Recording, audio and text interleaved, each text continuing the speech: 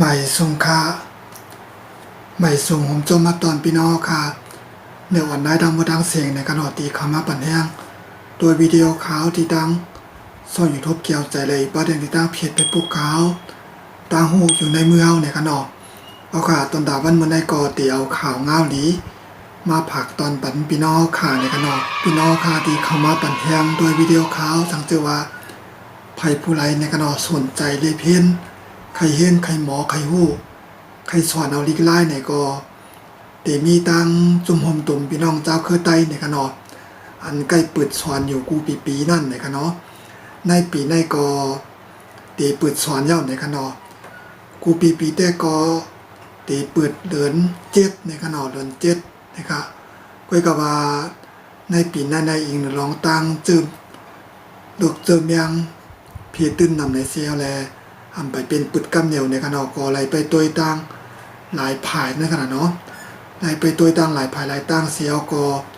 กำในก่อผายตั้งคณะกรรมการในขณะเนาะผายผู้มีผลพรเขาสังกัดเจ้าเขาในก่อไหลอบโอ้กันเชียวก่อตีปึดสอนเฮี้ยนกว่าในขณะก่อตีเปลี่ยนเดินหน้าวันที่2ในขณะเนาะตรงกับวันอาทิตย์ในขณะเมียน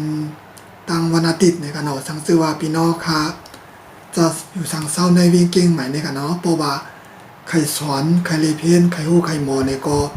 เข้ามาเรียนเพี้ยนเอาไรในกันเนาะตีวัดสนดอกในค่ะสังเจอว่าพี่น้องค่ะเพราะว่ายามมาได้ก็ตีหู้ที่หันกันกันเอาว่ามันตีปิดเฮียนนั่นเป็นตีไหลในกันเนาะสังเจอว่าพี่น้องค่ะเพราะว่าอันไปยามมาเหตุบอกไหนเพราะว่าใครมาเฮียนในก็เพราะว่าเข้ามาในวัดสนดอกก็ตีป่วนวัดใหญ่มากในกันเนาะเตปนวิหารใหญ่มาอีกหนึ่งในขณะเพราะว่าปนวัดใหญ่มากในก็เตมีจอง3จันในขณะภายซ้ายมือนะครับเพราะว่าเขามาที่ขณะปนวัดใหญ่เย้าก็ปนที่บนจอดรถขนาดเนาะก็ตีไว้ภายซ้ายมือในขณะเย้าก็ตีมีไว้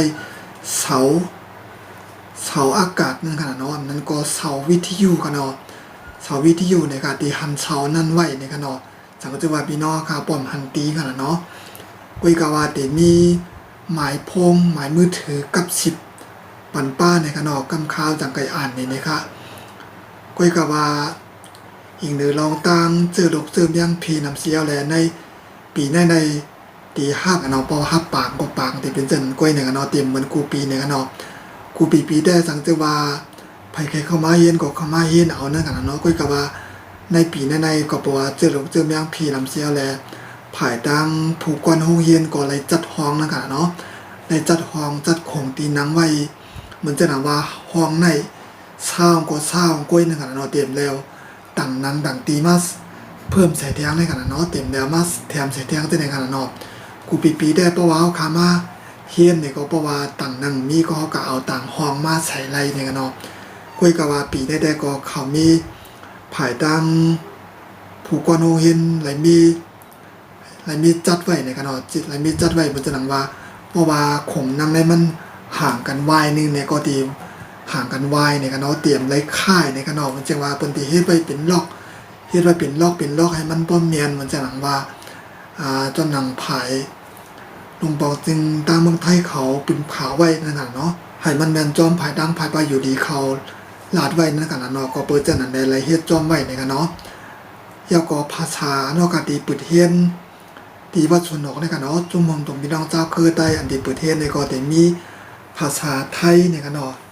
ภาษาไทยในก็ได้เปลี่ยนจันเงาเหจันชงในกันเนาะเพราะว่าพยายามเรียนภาษาไทยปกมาเรียนจันเงาในกันเนาะเพราะว่าเรียนยาวจันเงายาวในก็ทำดีกับเรียนแทงจันก็ได้เป็นจันชงในกันเนาะเพราะว่าเรียนภาษาไทยจันชงยาวในก็กำลังต่างไกลกาต่อกศนในกันเนาะสังเกตว่าพี่น้องครับให้ผู้ใดสนใจในก็เข้ามาเฮียนเอาอะไรอยู่ในกันเนาะแต่มีภาษาไทยจันเงาจันโฉงยาวกอภาษาใต้ในกันเนาะมีปลาลิกใต้เขื่อนเฉในกันเนาะจากเจ้าว่าพี่น้องค่ะใครผู้ใดสนใจใครมอลิกใต้เขื่อนเนี่ยก็มาเฮียนเอาอะไรในกันเนาะยาวกอมีปลาลิกใต้เฮาในกันเนาะจากเจ้าว่าพี่น้องค่ะก็ไหลผู้ป้าปั่นเฮียงตัววิดีโอข่าวจากเจ้าว่าไปเป็นมอลิกใต้เนี่ยก็มาเฮียนเอาอะไรอยู่ในกันเนาะยาวกอที่มีปลาแทงเด็กอังกฤษในกันเนาะเลี้ยงอังกฤษจันเงาจันโฉงเนี่ยค่ะยาวกว่าที่มีบ้าแทงดิกมานจันเงาจันสูงในขนอกสังเจอว่า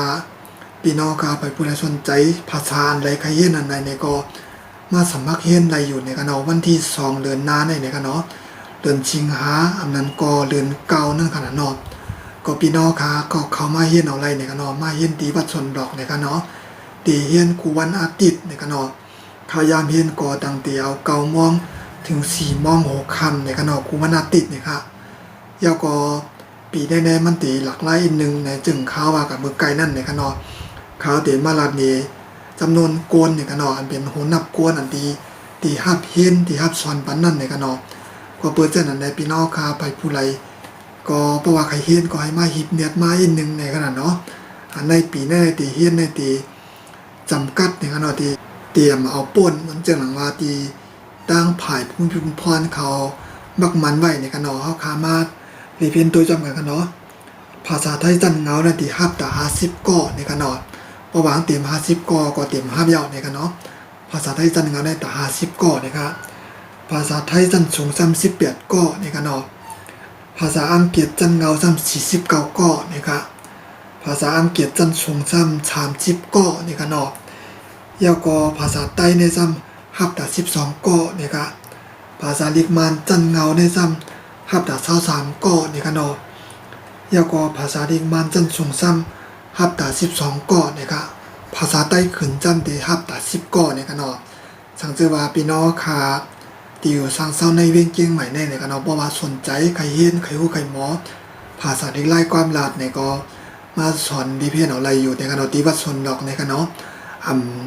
มักคานมักมันอายุในกันเนาะก้นเท้าก้นเกมบ้าเนาะ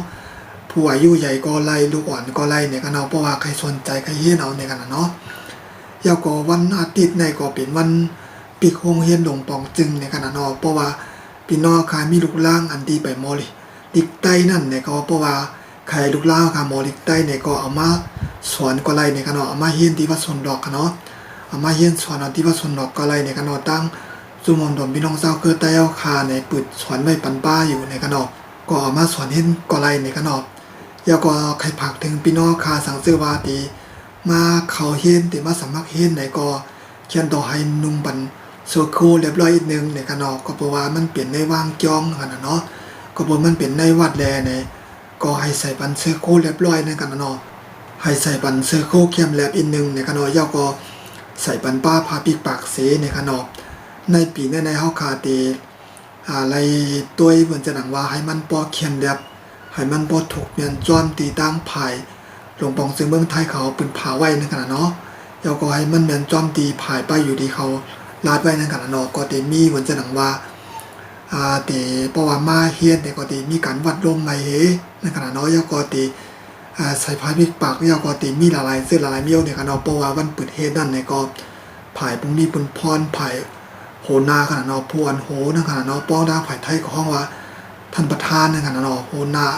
ผู้นำนาในขณะนอก็ตีลาดในขณะตีมาลาดนี้ในขณะล็อกไล่แต่ตี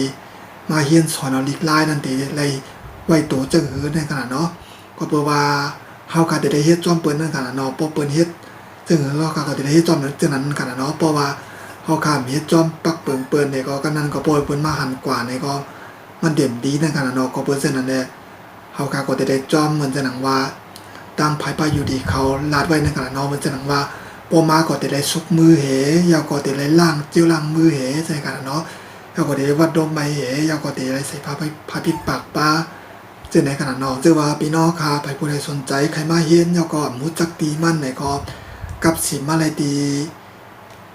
เปลี่ยนโหนาในขนมโปดังผายไทยห้องว่าท่านประธานในขนมก็เปลี่ยนสังขาเจ้าปึดสอนเฮียนไว้กันเนาะอันเป็นจุ่มมลงตรงพี่น้องเจ้าคือได้ในแต่เป็นสังขาเจ้าอ่อนหัวไว้ในขนมก็เพราะว่าใครกับสิทธิ์ติดต่อมันจะนำว่ามุจักตีใครเฮียนไหนก็กับสิมาลายตีเจ้าคู่วุ้นโฉมในกันเนาะเจ้าคู่วุ้นโฉมเนี่ยครับอันนั้นได้เป็นจือปตังเก่งตุงกันเนาะก็เพราะว่าสังฆาเจ้าที่มาปึดที่สอนปันได้ก็ได้เป็นสังฆาเจ้าปตังเก่งตุงนั่นกันเนาะก็เปิดจังนั้นได้มีจือปตังเก่งตุงกันเนาะอันนั้นได้ก็พี่น้องค่ะก็อย่าไปเปรียบใจกันเนาะทำดีว่าอย่างจือสังฆาเจ้ามาว่าจังนั้นที่ว่าจังไหนกันเนาะมันก็มีสีขาวเจ้านั่นกันเนาะปอดังปีนอค่ะปอดังปอดออกโค้งกันเนาะมันจะหนัง พี่น้องค่ะประดังเกียงตุงในก็เตมีจือส่วนตัวแท้งนั่นกันเนาะตีเหมือนจะหนาว่าตีตั้งเมืองตีตั้งเวียงเกียงตุงเขาห้องนั่นกันเนาะใจนั่นกันเนาะเพราะว่าพี่น้องค่ะอำฮู้ตีใครเลยเพี้ยนใครสอนใครฮู้ใครหมอก็กับสิมาตีต้องถามอะไรตีโหหน้าในกันเนาะอันนั้นก็ห้องว่าท่านประธานเนี่ยค่ะกับสิมาอะไรตีหมายพงเนี่ยกันเนาะ0616955975เนี่ยกันเนาะ0616955975เนี่ยค่ะแล้วก็อันนั้นก็กับสิมาอะไรแทงตีเจ้าคู่เหล่าเลี้ยงเนี่ยกันเนาะอันนี้ก็ตีเปลี่ยนผู้ตามนั่นกันเนาะปอตามไผ่ไทยของห้องว่าลงประทานนั่นกันเนาะผู้แก้มนั่นกันเนาะแก้มหัวเป่านั่นกันเนาะปอดังใต้กันเนาะก็กับสิมาอะไรตีหมายมือถือหมายพง093เนี่ยครับเนาะ2429502เนี่ยครับอันนั้นก็กับสิมาเลยตีตั้งเจ้าคู่จันเสียงเนี่ยครับเนาะอันนั้นตีเป็นตีปรึกษาในขณะเนาะมันจะนะว่ามันก็ได้มีตีปรึกษาบ้านนั่นขนาดเนาะที่ปรึกษาก็ตีคือกลุ่มนั่นขนาดเนาะพอตั้งใต้ห้องก็ตีคือกลุ่มกันเนาะเจ้าคู่จันเสียงในขณะเนาะกับสิมาเลยตีหมายมือถือ0637683770นะคะเนาะ0637683770นะคะยากกว่าแทงเวอร์1นะคะเนาะเจ้าคู่หลงค้ำนะคะเนาะอันนี้ก็0820272289นะคะเนาะ0820272289นะคะเนาะสังเกตว่าพี่น้องค่ะใครผู้ใดสนใจใครเรียนใครรู้ใครหมอไหนก็มาเรียนสอนเอาอะไรอยู่ในกันนอนตั้งหูตั้งหันในปวาวขามเรียนไปพอยามตัวเร็วในก็มันติดตกลื่นกับติ๊กๆนะคะเนาะเพราะว่าการก่อมตั้นเฮกะโลการนำหนาตั้งไหนเฮียนจะนั้นจะไหนเพราะว่าที่กอมันก็เตรียมเปลี่ยนเฮียนในป้องนะคะเนาะกับตัวเราได้เปิ้นเคกันป้ายปิ่งหยาในกันเนาะพอการมีปิ่งหยาก็กาอะไรก็มันตึงจ้านะคะเนาะตึงกำแต่ค่ะว่าไว้ก็นมีปิ่งหยากาอะไรก็ตึงจ้าในขณะเนาะก็กะติมีตั้งหูยากอตีหมอวนหมอสร้างเหมือนจะนว่ามีอะไรดีเฮ็ดมีอะไรดีเฮ็ดจักเจนในขณะเนาะก็ค่ะก็ลีไลไว้ขายามเสียอะไรมาเลยเพิ่นสอนเอาในขณะเนาะถ้าเจอว่าพี่น้องค่ะไผผู้ใดกันเนาะเฮ็ดการเนี่ยก็ระยุทธ์วนาติดเจ้าความจังกว่าอะไรเนี่ยก็มาเฮ็ดสอนเอาอะไรอยู่ในขณะเนาะเตเปิดเฮ็ดกูวนาติดในขณะเนาะผิดบอกพี่น้องค่ะกูก็พี่น้องไต้พี่น้องไทยขณะเนาะพี่น้องมันเผอซิมว่าขณะเนาะจากเพเจ้าคือกันเนาะไผผู้ใดก็ย่อบอกว่าใครรู้ใครหมอใครเลเพียนใครไรเนี่ยก็มาเฮียนเอาไรอยู่ในกันเนาะเฮาค่ะผายดังซุ่มตรงพี่น้องไต้ยินดีผมซุ่มรับตอนในกันเนาะเขามาเลเพียนไรอยู่เนี่ยครับเพราะว่าวันตีมาสมัครเฮียนวันที่2นั่นเนี่ยก็ให้ป้าให้เตรียมมาในกันเนาะให้ป้าเคียบพางกันเนาะหุบไถ2นิ้วกันเนาะหุบหน้านิ้วกันเนาะหุบหน้านิ้วกันเนาะก็เตรียมมาบ้าด2ไว้ในขณะเนาะถ้าเจอพี่น้องค่ะใครผู้ใดสนใจเนี่ยก็เข้ามารีเพนอะไรอยู่ในขณะยินดีครับตอนพี่น้องกับกูก็ค่ะเนาะวันที่2ในขณะวันที่2เดือนหน้าเนี่ยค่ะวันอาทิตย์ในขณะข้าวยามเก่ามองในขณะก็มาสมัครเฮ็ดกับกูก็ค่ะเนาะยินจอมพี่น้องครับกูก็ในขณะที่เข้ามาบันเทิงตัววิดีโอเขาสังเกตว่าใครไปได้ติดตามเนี่ยก็ผักติดตามบ้าช่อง YouTube ในขณะแก้วใจเนี่ยค่ะอันนั้นก็ติดตามเพจเขาไว้ก็เลยในกันเนาะตั้งหูอยู่ในเมืองในกันเนาะเพราะว่ามีขังเขาสั่งเสียมาในก็ตีเอามาผักตอนแบบพี่น้องค่ะในกันเนาะตอนตาวันมื้อในก็ตีก็ดูรายการเนาะค่ะไว้ตีในก่อนในกันเนาะเฮาค่ะจังไกมาฮบทบ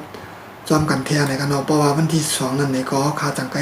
กะฮบทบกันที่วัดชนดอกในกันเนาะเขาก็ตีกะไปตีปุ่นในกันเนาะตีกะอยู่ไว้ตีปุ่นอยู่ในค่ะตอนตาวันมื้อในก็ยินจอมพี่น้องกับผู้ก็ค่ะในสงค่ะ